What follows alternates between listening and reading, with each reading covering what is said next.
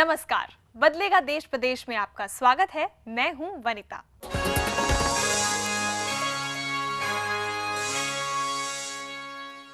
हमने पिछले एपिसोड में हरियाणा में महिलाओं की स्थिति के बारे में आपको दिखाया था।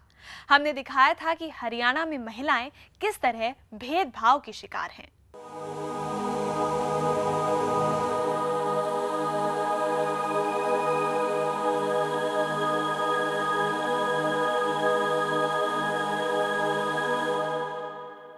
आज हम आपको रूबरू कराएंगे भूमि अधिग्रहण की समस्या से और बताएंगे कि इसका बेहतर विकल्प क्या हो सकता है।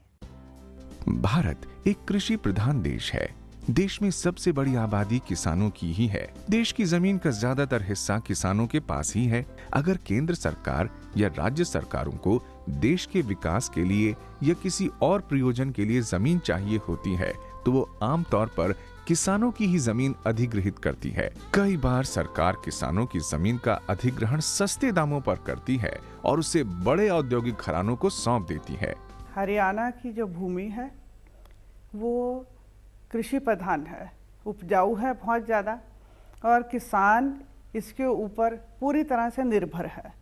हमारे देश में 4 मौसम होते हैं जो कि बड़ी खुशकिस्मती है कि इस तरह के मौसम हमारे देश में मिलते हैं। और इसके बावजूद आज हम ऐसी नीतियां बना के भूमि अधिग्रहण की, हम लोग भूमि उन किसानों से सस्ते दामों पे ले ली जाती है और उसको काफ़ी ज़्यादा मुनाफे के ऊपर, जो कि अगर 1 महीना पहले कम दर पे ली गई है और उसके कुछ महीने, 2 महीने, 3 महीने बाद ही उसको बहुत ऊंचे दरों पे बेच दिया जाता है उसके ऊपर प्लांट लगाने के लिए या किसी और चीज़ के लिए, तो ये किसानों के लिए बहुत बड़ा अन्याय है। पिछले कुछ सालों में जमीन अधिग्रहण के मुद्दे ने काफी विवाद पैदा किए हैं। ये मुद्दा इतना गर्म हुआ कि कई लोगों को अपनी जान गंवानी पड़ी तो कई सरकारें बदल गई। जमीन अधिग्रहण से संबंधित हर राज्य ने अपने अपने कानून बनाए हैं। उन कानूनों के तहत ही हर राज्य में किसानों को अधिग्रहित की गई जमीन का मुआवजा दिया जाता है। हरियाणा में भूमि अधिग्रहण की नीति में कई खामियां हैं, उसमें बदलाव की जरूरत है। जो भूमि अधिग्रहण जो कानून है वो सन 1894 में अंग्रेज़ के ज़माने में आया था और अभी तक वही कानून इस देश के अंदर लागू है। ये अंग्रेज़ ने जो भी कानून बनाए थे वो अपने साम्राज्यवादी साम्राज्य को स्थापित करने के लिए उनका मेन उद्देश्य ये था।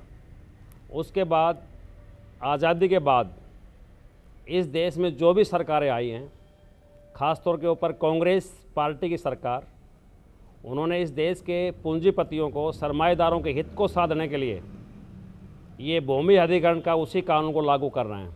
लेकिन ये प्रक्रिया इतनी सहज नहीं है कि कानून बनाया, मुआवजा दिया और बस छुट्टी पाली, क्योंकि जमीन किसानों की रोजी रोटी है। वे इसे किसी भी कीमत पर छोड़ना नहीं चाहते। इसे बनाए रखने के लिए हर संभव कोशिश करते हैं और अगर नहीं हो पाता तो सही मुआवजे की मांग करते हैं। किसान के पास क्या है? सिर्फ खेती। इसी के जरिए वे अपने परिवार का भरण पोषण करते हैं, अपने बच्चों को पढ़ाते लिखाते हैं। यही नहीं, खेती उनसे छिन जाए तो वे क्या करेंगे? उनके भूखों मरने की नौबत आ जाएगी। इसलिए वे किसी भी कीमत पर उसे छोड़ने को तैयार नहीं होते और जबरदस्ती किए जाने पर मरने मारने पर उतारू हो जाते हैं। भूमि अधिग्रहण के विरोध में हरियाणा के किसान कई बार सड़कों पर उतरे हैं। 22 तारीख को हम शांतिपूर्वक आसलवास गांव में NH 8 में शांतिपूर्वक पंचायत करे थे। पुलिस ने जबरदस्ती निहत्ते जमींदारों पे गोलियां चलाई, आंसू गैस छोड़े और लाठीचार्ज की। बूढ़े बूढ़े 80-90 साल की बूढ़े बूढ़ियों पर लाठीचार्ज की। गांव में बढ़ के इतना क्रूरतापूर्वक पुलिस ने, जैसे जलियांवाला बाग में डायर ने गोली चलवाई, ऐसे वो कांड किया था। हमारी उपजाऊ जमीन है, हम उनको देना नहीं चाहते, तो जबरदस्ती ये हुड्डा सरकार हमारी जमीन को क्यों छीन रही है? हमारे गांव की लगभग 65-66 किले ज़मीन जो है इसमें अधिकृत हो रही है और उसके चलते काफ़ी किसानों में भारी रोष है कि एक भी किसान ऐसा नहीं है जो अपनी ज़मीन देना चाहता हो, क्योंकि आज जो माहौल है वो ये माहौल है कि ज़मीन कम है और परिवार तो बढ़ रहे हैं, तो कम ज़मीन होने के नाते आदमी कहाँ कमाएगा, खाएगा, कहाँ रहेगा। किसान खुल कर के विरोध कर रहे हैं। इस बात के लिए बड़े संघर्ष हुए हैं और 2 घटनाएं हुई हैं, 2 बड़े आंदोलन हुए हैं यहाँ, 16 जुलाई का और 22 जुलाई का, जिसमें यहाँ गोलियां भी चली हैं, यहाँ किसान इंजर्ड हुए हैं और काफ़ी जो ना खून खच्चर हुआ है। किसी भी कीमत पे किसान अपनी ज़मीन देना नहीं चाहेंगे। हरियाणा में गोरखपुर परमाणु संयंत्र के लिए अधिग्रहण का मुद्दा काफी विवाद में है। लोग इसका पुरजोर विरोध कर रहे हैं क्योंकि उनका मानना है कि ये संयंत्र उनके जीवन के लिए ही खतरा है।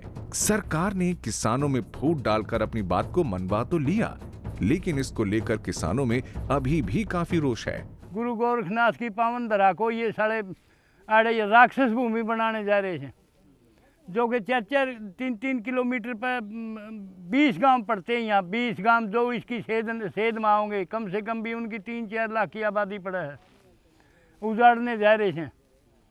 सरकार है, यह सरकार नाम की तो कोई चीज़ें नहीं। सरकार का काम हो जनता को बसाना, जनता की मदद करना। ये तो जनता को बस या उजाड़न लाग रहे से कमीशना के भूखे विदेशी। ये तो अमेरिका की सरकार है, हमारी की सरकार है। अमेरिकी सरकार के इशारे पर चल रहे सर। ये सारा हरियाणा बेचना शुरू कर रखा हुड्डा साहब ने। 50 लाख करोड़ का ये ऑफर आएगा अमेरिका से, इसको कैसे खाएं?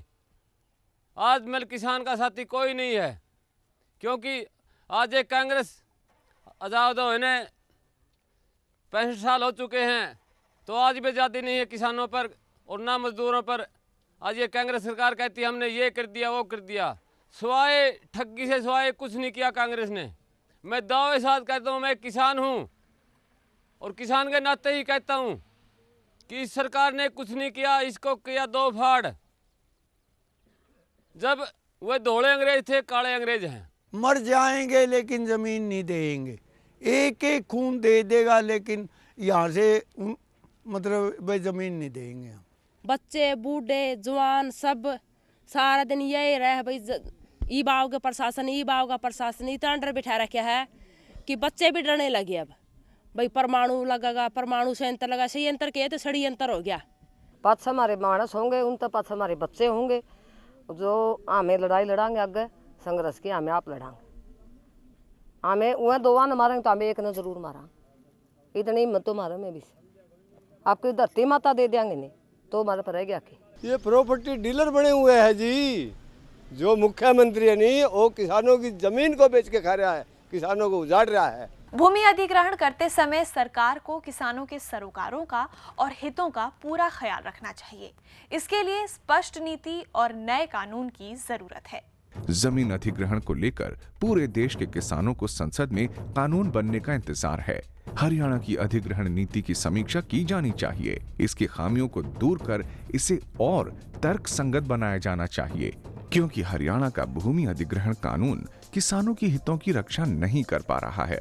कानून ऐसा बने जिसमें किसानों के हित सुरक्षित रखने का पूरा प्रावधान हो। जब किसान अपनी भूमि पे खेती करता है, वो अपने पशु भी पाल रहा होता है, उनकी महिलाओं को भी काम मिल रहा होता है, उन सब का क्या होगा?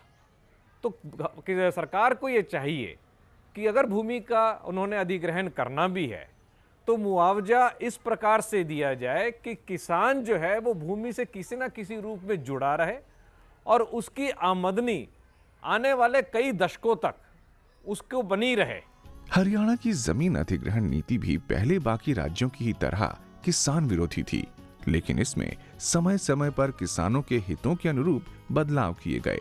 2007 में जो पॉलिसी बनी उसमें किसानों के हितों का कुछ ख्याल रखा गया, लेकिन सिर्फ नीति बदलने से काम नहीं चलता, उसे लाल फीताशाही से भी बचाने की जरूरत है।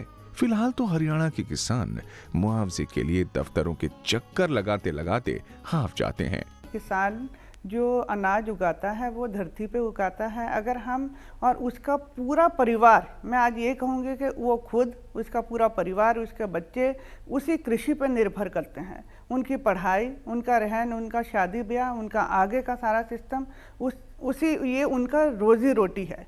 अगर हम उसी को हम छीन लेंगे तो वो किसान कहाँ जाएगा? लेकिन जब स्कीम्स बनाई जाती हैं तो उनको बहुत सब्ज बाग दिखाए जाते हैं कि आपको इतने पैसे मिल जाएंगे। वो बेचारा भोला होता है, पढ़ा लिखा नहीं होता, इतना समझता नहीं है, कम पैसों में मान जाता है। और मैंने ये भी देखा है किसी जगह पे तो किसानों को बहुत ज़्यादा मुआवजा भी दे देते हैं, ठीक ठीक मुआवजा दे देते हैं, और किसी जगह पे बिल्कुल ही कुछ नहीं देते हैं और उनको पैसे मिलने में भी बहुत देर लगती है। कई कई साल लग गए हैं। मुझे कई किसानों ने बताया कि हमारे कोर्ट में ऐसे केस पेंडिंग पड़े हैं जिसकी वजह से हमें आज तक इतना पूरा पैसा नहीं मिल पाया, या आज हम इस बात को अफसोस कर रहे हैं कि हमने बहुत सस्ते में ज़मीन दे दी। मुआवजे के लिहाज से पूरे हरियाणा को 5 जोन में बांटा गया है। पहला गुड़गांव म्युनिसिपल कॉर्पोरेशन के तहत आने वाला क्षेत्र है। दूसरा फरीदाबाद, पंचकुला, मानेसर, सोना, सोनीपत और कुंडली आदि हैं। तीसरा क्षेत्र बहादुरगढ़, रोहतक, रेवाड़ी, धारूहेड़ा, बावल और पानीपत का इलाका है। चौथे क्षेत्र में राष्ट्रीय राजधानी क्षेत्र यानी एनसीआर का बाकी इलाका, पंचकुला का बाहरी इलाका और जिला मुख्यालयों के आसपास की जमीनें हैं। पांचवें क्षेत्र में इसके बाद बची राज्य की सारी जमीनें हैं।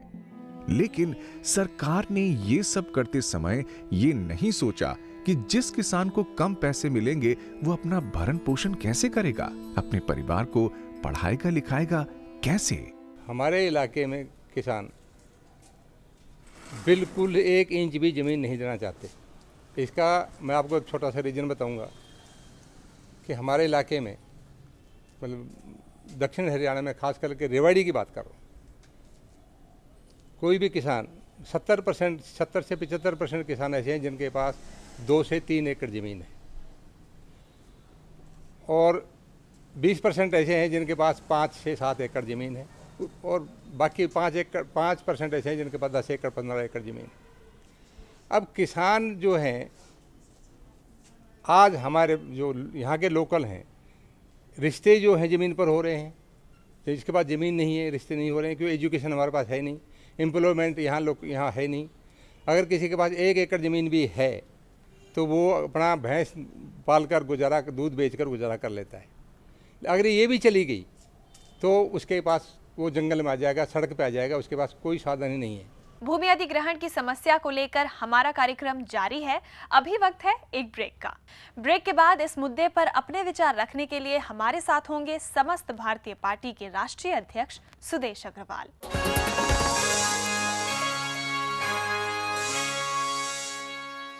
ब्रेक के बाद बदलेगा देश प्रदेश में आपका एक बार फिर से स्वागत है और अब हमारे साथ स्टूडियो में है समस्त भारतीय पार्टी के राष्ट्रीय अध्यक्ष श्री सुदेश अग्रवाल। सुदेश जी नमस्कार, बहुत बहुत स्वागत है आपका। नमस्कार और आपका भी बहुत बहुत धन्यवाद। सुदेश जी, बात शुरू करते हैं जमीन अधिग्रहण के मुद्दे को लेकर। आपको क्या लगता है कि सरकार द्वारा जमीन अधिग्रहण होना चाहिए? क्योंकि भूमि अधिग्रहण जो है ना एक बहुत ही ज्वलंत व जटिल मुद्दा है और भूमि का अधिग्रहण 1894 में अंग्रेजों ने कानून बनाया था, उसके तहत आज भी जो है भूमि का अधिग्रहण किया जाता है। इस कानून के अंदर संशोधन तो हुए, आज़ादी के बाद संशोधन तो हुए हैं, लेकिन आज उस कानून की तस्वीर नहीं बदली। आज वो कानून जो है आज भी हमें जोर जबरदस्ती की जो है ना वो याद दिलाता है जी। और जो आपने कहा कि भूमि का अधिग्रहण होना चाहिए या नहीं होना चाहिए, देखिए कि सरकार को अगर विकास करना है और दूसरी ज़रूरतें पूरी करनी है, सार्वजनिक जो मुद्दे होते हैं या उद्देश्य होते हैं उनकी पूर्ति के लिए सरकार को ज़मीन तो चाहिए और ज़मीन का अधिग्रहण भी करना ही पड़ेगा, नहीं तो कैसे विकास कैसे करेंगे। तो विकास के लिए भूमि तो आपको लेनी ही होगी, लेकिन अगर हम भूमि इसलिए ले लेते हैं कि किसी दूसरे को फ़ायदा हम पहुँचाते हैं तो वो उसे हम गलत मानते हैं, तो उसके लिए भूमि का अधिग्रहण जो है वो नहीं होना चाहिए। और जो कानून के अंदर अनियमितताएँ जो पैदा हुई हैं, एक नया कानून लोकसभा के अंदर लंबित है और शायद उसके अंदर बहुत सी जो कमियां हैं इस कानून के अंदर, जो 1894 का जो कानून है उसके अंदर कमियां हैं, उसको शायद दूर किया जाएगा। हम ये कहना चाहेंगे कि सरकार सड़कों के लिए, रेल मार्ग के लिए, पोर्ट्स के लिए या अनाज मंडियों के लिए अगर भूमि का अधिग्रहण करती है वो सही है, लेकिन अगर भूमि का अधिग्रहण इसलिए किया जाता है कि किसी को फ़ायदा पहुंचाना है या सरकार ने भ्रष्टाचार करना है या नेताओं ने भ्रष्टाचार करना है, हम उसे गलत मानते हैं, वो नहीं होना चाहिए। ऐसा देखा गया है कि सरकार पूंजीपतियों को जमीन देने के लिए जमीनों का अधिग्रहण तो करती है और कई बार सेक्शन 4 और 6 लगाकर वापस भी ले लेती है। आपका इस बारे में क्या कहना है? क्योंकि सरकार जो है भूमि का अधिग्रहण पब्लिक पर्पज़ के लिए, सार्वजनिक उद्देश्यों के लिए करती है, लेकिन कानून के अंदर जो शक्तियां सरकार को दी गई हैं वो उसका बुरा इस्तेमाल करके या गलत इस्तेमाल करके जो है उसको आप पूंजीपतियों को सौंप देते हैं, जो कि गलत है।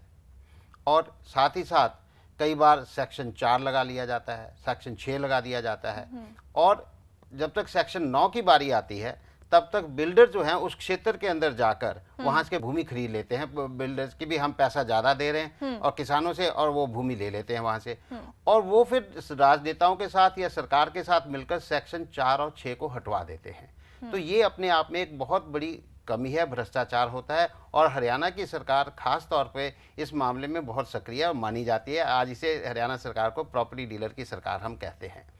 हम ये चाहेंगे कि हरियाणा सरकार जो है एक श्वेत पत्र जारी करे कि उन्होंने अपने कार्यकाल के अंदर जो 2005 से शुरू हुआ, उन्होंने कितनी जगह पर सेक्शन 4 और 6 लगाए और वापस लिए, और क्यों वापस लिए, जिससे कि जनता को ये पता लगे कि कहाँ पर अनियमितताएं हुई हैं, कहाँ पर भ्रष्टाचार हुआ है या नहीं हुआ है, ये भी पता लग जाएगा। ये हमारा कहना है इसके ऊपर। अक्सर ऐसा भी देखा गया है कि उद्योगपति कोई प्रोजेक्ट लगाने के लिए जरूरत से ज्यादा जमीन ले लेते हैं और सरकार भी इसमें उनका समर्थन करती है।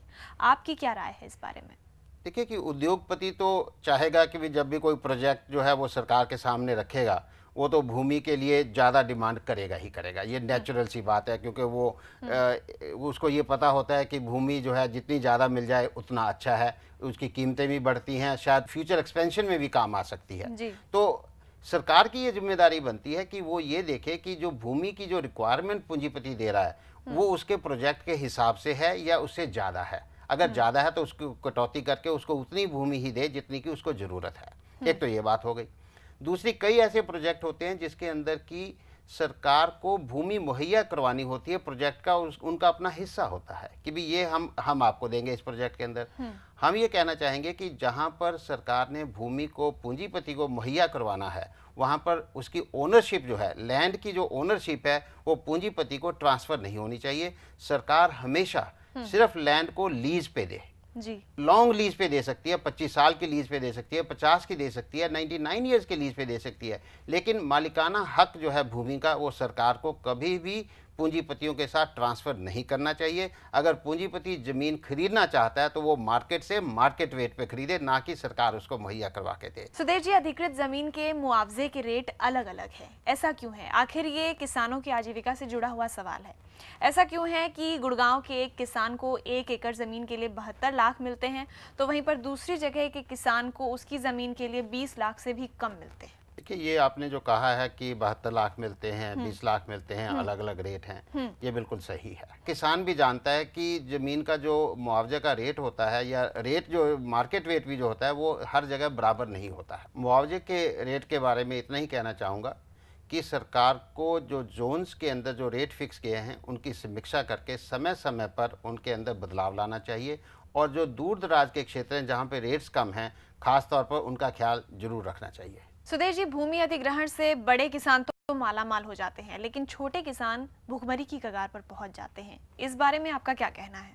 देखिए, ये बिल्कुल सही कहा आपने कि जो बड़े किसान हैं, जब उनकी भूमि अधिग्रहित हो जाती है, जो उनको मुआवजा मिलता है, उस मुआवजे से वो क्या करते हैं, उस मुआवजे के कुछ हिस्से से उतनी ही भूमि कहीं और जगह पे जहाँ पे सस्ती मिलती है उतनी खरीद लेते हैं, जिससे कि भूमि का बदले में भूमि तो उन्होंने ले ली, और जो पैसा बचता है उस पैसे का वो निवेश करते हैं, क्योंकि वो बुद्धिमान लोग होते हैं, क्योंकि बड़े किसान हैं तो उनको पता है कि पैसे का इस्तेमाल कैसे करना है, उसका वो निवेश करते हैं। उससे क्या है कि आपको मुआवजा मिला, आपने एक तो भूमि खरीद ली और फिर आपकी इनकम भी शुरू हो गई, और जो हरियाणा के अंदर जो रॉयल्टी मिलनी है वो भी आपको आनी शुरू हो गई। तो इससे क्या हुआ कि आपकी जो है इनकम जो है वो बढ़ गई है और वो मालामाल होते चले जाते हैं।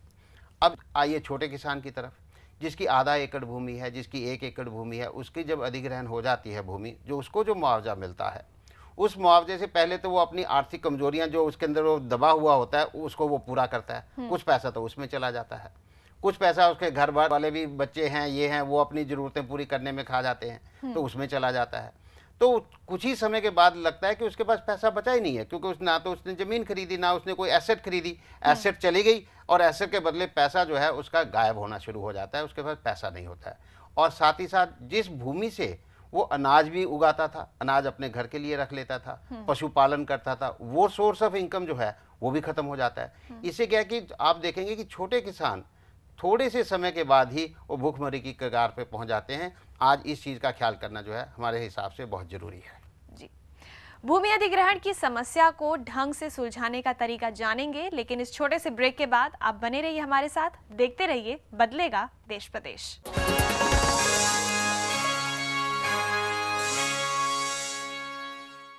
ब्रेक के बाद बदलेगा देश प्रदेश में आपका एक बार फिर से स्वागत है। आज हम चर्चा कर रहे हैं जमीन अधिग्रहण के मुद्दे पर।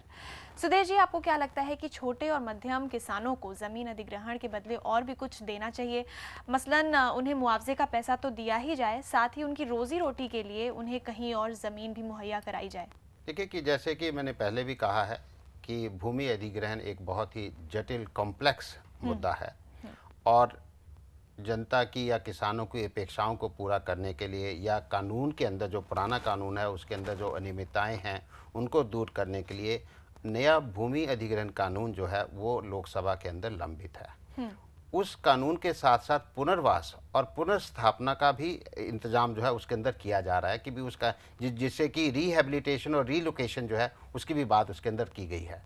हम ये चाहेंगे कि हमें उस कानून का इंतज़ार करना चाहिए। शायद हो सकता है कि उस नए कानून के अंदर इन सभी समस्याओं का, जिनकी भूमि अधिग्रहण हो रही है, उनको और मुआवजा देना चाहिए, कितना मुआवजा देना चाहिए या ज़मीन देनी चाहिए या जो जो ऑप्शंस हैं वो उसके अंदर शायद उनका एड्रेस जो है उनके अंदर उसका समस्या का समाधान जो है उस कानून के अंदर शायद मिल जाएगा। हमें उसका इंतज़ार करना चाहिए, उसके बाद ही हम देख सकते हैं कि क्या करना चाहिए। सुदेश जी, आमतौर पर देखा जाता है कि सरकार जमीन अधिग्रहण के दौरान बहुत सारे वादे करती है, जैसे कि कई बार सुनने को मिलता है कि जिनकी जमीनों का अधिग्रहण किया गया है उन किसानों के परिवार वालों को रोजगार दिए जाने की बात कही जाती है, लेकिन ये वादे कभी पूरे नहीं होते। आप इस बारे में क्या कहेंगे? जब भी किसी की भूमि का अधिग्रहण किया जाता है वो ज़बरदस्ती ही होता है आमतौर पर, क्योंकि सहमति से तो ज़्यादा होता नहीं है। जब ज़बरदस्ती होती है तो रेजिस्टेंस आती है, कहीं ना कोई को थोड़े आंदोलन खड़े होते हैं, वो ना नुक्कड़बाजी होती है कि भी हम ज़मीन नहीं देंगे, ऐसी बातें होती हैं। तो और सरकार को वो भूमि लेनी होती है, तो इसलिए वो कहीं ना कहीं किसानों को या जिनकी भूमि का अधिग्रहण हो रहा होता है उनको मनाने के लिए कि भी हम आपके लिए ये भी कर देंगे, हम आपके लिए ये भी कर देंगे, आपको ये भी, तो वो वादे कर देती है। कई बार तो मतलब कि बड़े नेता आके वादे कर जाते हैं कि भी हर परिवार को नौकरी मिलेगी, हर परिवार को, तो जनता उनके बहकावे में आकर मान जाती है। वहाँ पर जो भोले भाले किसान जो होते हैं वो लालच में या प्रेरित होकर वो अपनी भूमि को देने के लिए राजी हो जाते हैं। लेकिन उसके बाद क्या होता है? उसके बाद का सिलसिला शुरू होता है कि किसान जो है वो चक्कर काटता रहता है, नेता मिलता नहीं है, जिसने वादा किया होता है वो नहीं मिलता है, क्योंकि लिखित में तो ये कुछ होता नहीं है। तो ऐसी स्थिति जो है प्राय देखी गई है, हरियाणा के अंदर भी देखी गई है, तो ये बहुत निंदनीय है, हम इसकी निंदा करते हैं। जो वादे किए जाने चाहिए किसान के साथ या जिसकी भूमि का अधिग्रहण हो रहा है उनको पूरा करना चाहिए, नहीं तो वादे नहीं करने चाहिए। भूमि अधिकृत होने के बाद किसान बेरोजगार हो जाते हैं, उन्हें रोजी रोटी के लिए दर दर की ठोकरें खानी पड़ती हैं और उनकी अनुभवहीनता के कारण उन्हें जो मुआवजे का पैसा मिलता है वो भी जल्दी खत्म हो जाता है, तो कल तक जो मालिक थे वो मजदूर हो जाते हैं। ऐसे में समस्त भारतीय पार्टी की भूमि अधिग्रहण के लिए क्या नीति होगी? भूमि अधिग्रहण एक बहुत ही गंभीर मुद्दा है और इस समस्या का समाधान करने के लिए या निकालने के लिए हमें किसानों के जो प्रतिनिधि हैं उनसे बातचीत कर कर ही हमें इसके ऊपर कोई नतीजे पे हमें पहुंचना चाहिए। समस्त भारतीय पार्टी भूमि अधिग्रहण को लेकर सबसे पहले तो जितने भी जो भूमि अधिग्रहण के खिलाफ आंदोलन चलते हैं हम ये कोशिश करेंगे कि ये आंदोलन पैदा ही ना हो। अगर आंदोलन पैदा होते हैं तो हम उनसे बहुत ही अच्छी तरह से शुरू के अंदर ही बातचीत करेंगे, ना कि गोरखपुर की तरह जो एक आंदोलन जो है वो 2 साल या 2.5 साल तक चलता रहा, हम ऐसा नहीं करने देंगे। साथ ही साथ हम उद्योगपतियों के प्राइवेट प्रोजेक्ट के लिए कभी भी भूमि का अधिग्रहण नहीं करेंगे और जो पब्लिक प्राइवेट पार्टनरशिप के अंदर सरकार की ये जिम्मेदारी है कि वो भूमि जो है मुहैया करवाए, तो हम अगर भूमि उनको कभी बेचेंगे नहीं, अगर वो भूमि जो है हम उन्हें लीज पर ही देंगे। भूमि अधिग्रहण के खिलाफ जो आंदोलन पूरे हरियाणा प्रदेश के अंदर चले, जैसे कि गोरखपुर है, आसलवास है, पलवल है, अम्बाला है, सोनीपत है, हमारी कोशिश ये होगी कि ऐसे आंदोलन जो हैं वो पैदा ही ना हो। हम किसानों से पहले ही बातचीत करके उनकी समस्या का जो है समाधान निकालेंगे। समस्त भारतीय पार्टी रिहायशी और औद्योगिक कॉलोनीज के लिए जो भूमि का अधिग्रहण किया जाता है उसके लिए अलग अलग नीतियाँ होंगी जिससे कि किसानों को उसका फ़ायदा मिल सके। हम ये भी चाहेंगे कि आज तक जो भूमि अधिग्रहण में अनियमितताएं हुई हैं उनकी हम समीक्षा करेंगे और समीक्षा करके जो लोग दोषी पाए गए हैं, जिन्होंने भ्रष्टाचार किया है या जिन्होंने मतलब कि कानून का फ़ायदा उठाया है और अपने स्वार्थ के लिए उस भूमि का अधिग्रहण किया है, हम उनके खिलाफ सख्त कार्रवाई जो है हम करेंगे। बहुत अच्छी बात की सुदेश जी, बहुत बहुत धन्यवाद यहाँ पर आने के लिए और इस मुद्दे पर हमारे साथ चर्चा करने के लिए। आपका भी बहुत बहुत धन्यवाद जी। आज जरूरत है भूमि अधिग्रहण के कानून में बदलाव की, और ये बदलाव वो ही पार्टी ला सकती है जो लोक हित की राजनीति करती हो। राजनीति से देश चलता है, राजनीति से प्रदेश चलता है, राजनीति से सभी व्यवस्थाएं बनती हैं। राजनीति सही तो सब कुछ सही, राजनीति गलत तो सब कुछ गलत। आज राजनीति पर कब्जा कर लिया उन लोगों ने जो स्वार्थी हैं, भ्रष्टाचारी हैं, अपराधी व अकुशल हैं। समस्त भारतीय पार्टी का मानना है कि जब तक अच्छे लोग राजनीति पर काबिज नहीं होंगे तब तक हमें बदलाव की उम्मीद नहीं करनी चाहिए। कब्जा अच्छे लोगों के हाथ में देना लोकतंत्र में ये जनता की जिम्मेदारी है। आपको हमारा ये कार्यक्रम कैसा लगा? आप अपनी राय हमें इस पते पर भेज सकते हैं। हमारा पता है समस्त भारतीय party, W6/5 DLF Phase 3 Gurgaon, 122-002 Haryana. Telephone number 0124-406-4659। आप हमें ईमेल भी कर सकते हैं on info@sbparty.org और हमारी वेबसाइट है www.sbparty.org। ये था हमारा आज का कार्यक्रम। अगले प्रोग्राम में हम आपसे फिर मिलेंगे हरियाणा में न्यायिक व्यवस्था की जानकारी के साथ। तब तक के लिए नमस्कार। इस एपिसोड को आप समस्त भारतीय पार्टी की वेबसाइट और YouTube पर भी देख सकते हैं।